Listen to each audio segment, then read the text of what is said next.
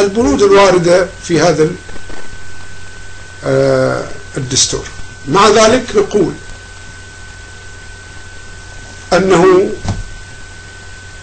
أن هذا النظام وهذه العائلة لم تلتزم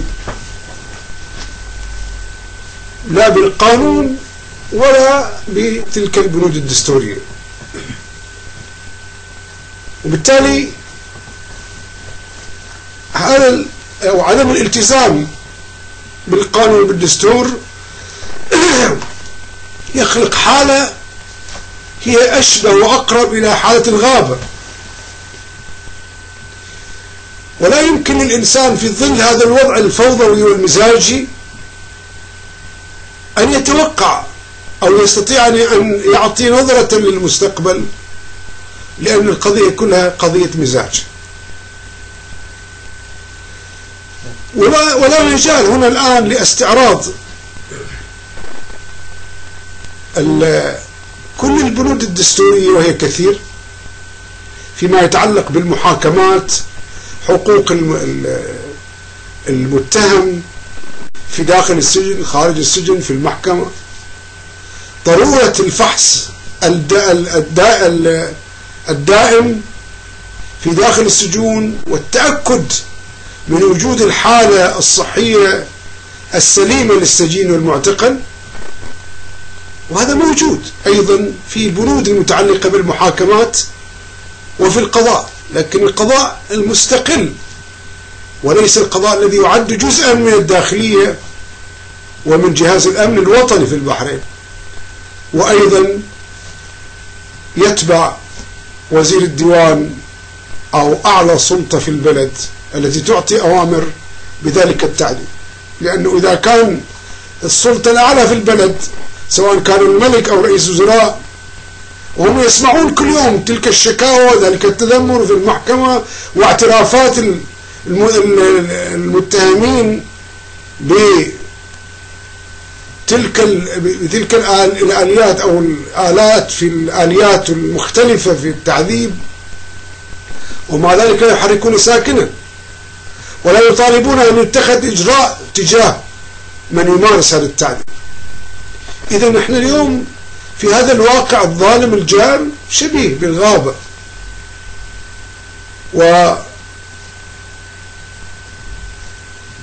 وإحنا أمام هذا الوضع الخطير أمامنا مسؤوليات كثيرة. نحن ندرك تماما أن أحبابنا من علماء وأساتذة ومن شباب الذين بلغ عددهم الآن أكثر من 300 معتقل ويزدادون، لأن الاعتقالات لم تتوقف حد الآن، وبرغم انكشاف كل الأمور وانكشاف هذه المسرحية أمام العالم وأمام المنظمات الدولية، وأيضا عدم وجود الدليل الذي يسوقه النظام في اتهاماته الجائرة ضد أحبتنا، سواء فيما يتعلق بتهمة الانقلاب على النظام أو ما يتعلق بمسألة الخلية اللي اتهمت بالإرهاب. يعني الاتهام الأول قد ألغي، لأن حتى أصدقاء البحرين كالولايات المتحدة الأمريكية وبريطانيا لم يعترفوا بوجود دليل على محاولة الانقلاب، لذلك أبعدت هذه التهمة كما شاهدتم ورأيتم في المحاكمة الأولى والثانية، وغدا أيضا الجلسة الثالثة. وبقيت عناوين أيضا هي لا تصمد أمام الأدلة، وليس ثمة دليل سوى التعذيب الذي يحصل في داخل السجون، ومحاولة الحصول على اعترافات تحت التعذيب بأشكاله البشعة المختلفة، علما بأنه لا الدستور ولا قانون المحاكمات والجزاءات يوافق على أن الاعتراف المنتزع من خلال التعذيب مقبول قانونا، بل هو مرفوض. ولو أن في البحرين قضاء مستقلا حقيقيا لكان القاضي من أول جلسة قد اتخذ قرارا بإطلاق سراح جميع المعتقلين بعد أن ثبت وجود التعذيب أمام الكاميرات وعدسات العالم وأمام المنظمات الدولية. لكن لأن هذا يؤكد تبعية القضاء إلى وزارة الداخلية وجهاز الأمن الوطني. أقول بالرغم من كل هذا الانكشاف وظهور الأكاذيب فيما يتعلق بكل الاتهامات، إلا أن النظام والعائلة مصرة ومستميتة في الاستمرار في هذه المحاكمات البعيدة عن النزاهة والبعيدة عن الاستقلالية والبعيدة عن العدالة.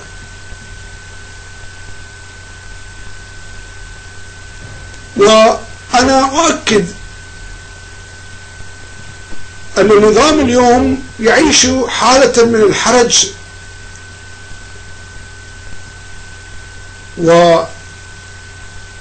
ونتيجة لانكشاف كل هذه الحقائق التي ذكرتها. ولكن يبقى السؤال: لماذا يستمر هذا النظام في تلك المحاكمات الشكلية والإصرار حتى على استصدار أحكام، بعيدا عن مسألة المخرج الذي قد يفكر فيه النظام حين يزداد الضغط عليه من قبل منظمات دولية ومن قبل العالم ومن قبل الإعلام بأشكاله المختلفة. واسمحوا لي هنا تجاه هذا الوضع وتجاه هذا الانكشاف أن أتحدث ولو بشكل إجمالي وسريع في بعض الأمور المتعلقة بغياب أحبتنا والمحاكمات الشكلية وما هو موقف الجميع منها.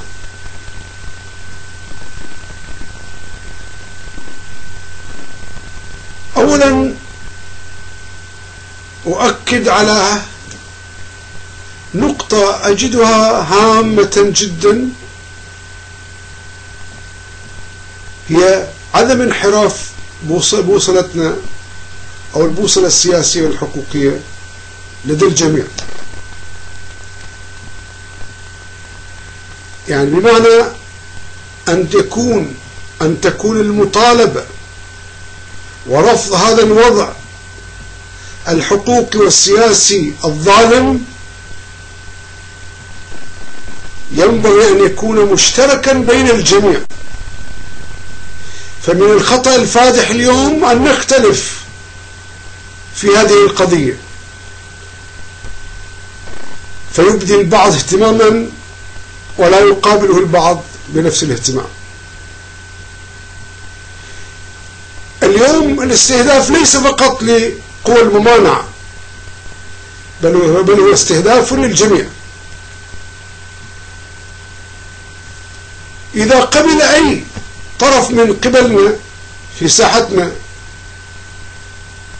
أن لا يكون مسؤولا في هذا الظرف أمام هذا الوضع وأمام هذه الحالة الظالمة، فسيكون الدور في المستقبل أيضا على أولئك الذين لم يتخذوا موقفا. إذن وحدة الموقف مطلوبة، علما بأن وحدة موقفنا هي مطلب أكبر من قضية الإفراج عن المعتقلين، وينبغي أن يكون هناك وحدة موقف ووحدة هدف في القضايا المفصلية الأساسية وعلى رأسها القضية الدستورية. ولكن أقول على الأقل في الوقت الحاضر الراهن ينبغي أن يكون هناك موقفا مشتركا من قبل الجميع بعيدا عن كل الانتماءات والاختلافات والتباينات، لأن هذا الموقف الواحد والموقف المتراص